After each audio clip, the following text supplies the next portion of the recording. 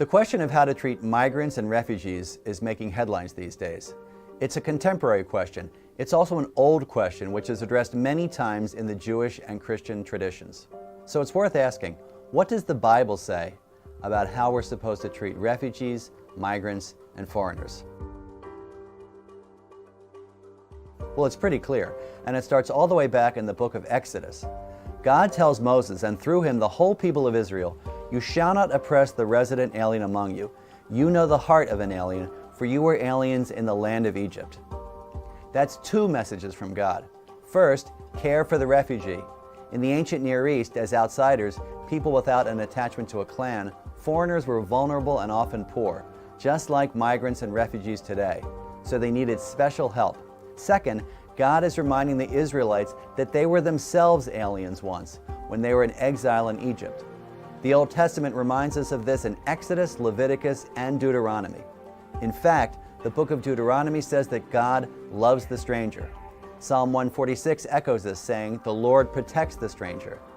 The Hebrew Scriptures remind us of two essential things. First, God's command to care for refugees, migrants, and aliens. Second, God's special love for them. In case we missed the point, in the book of Kings, King Solomon directs his people to pay attention to the foreigner who does not belong to your people Israel, but has come from a distant land. And what are we to do? Solomon says, "Do according to all that the foreigner calls you to." In other words, answer any need that the migrant or refugee has. Jesus is even stronger about this in the New Testament. In the parable of the Good Samaritan from the Gospel of Luke, Jesus tells the story of a Jewish man going from Jerusalem to Jericho and who was robbed and beaten. As he's lying by the side of the road, two people pass by, a priest and a Levite, both from the man's own religious group.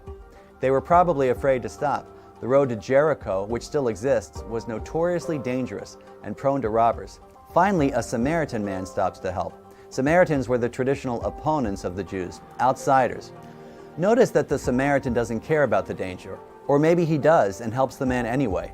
Jesus reminds us that we're called to help the stranger even if there's risk involved.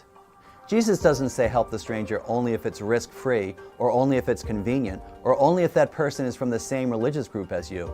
No, Jesus says show mercy to the stranger regardless. He's also saying that just like the beaten man, our own salvation may depend upon a stranger. In fact, Jesus says that the way we treat strangers will be a litmus test for entrance into heaven. At the last judgment, he'll say to some people, "I was a stranger and you didn't welcome me."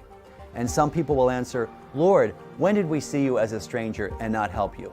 And he will say that every time you didn't help a stranger, you didn't help me.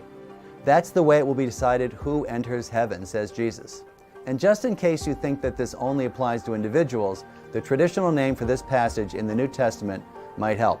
It's called the judgment of the nations. Perhaps the strongest message from Jesus is not what he said, but what he did. After his birth, Mary and Joseph take Jesus from Israel to Egypt. Were there border guards and passports during what's called the flight into Egypt? No. But Mary and Joseph and their son were fleeing persecution and the threat of death at the hands of King Herod. So using the contemporary definition, we can say that among all the refugees that our world has seen were Mary, Joseph, and Jesus.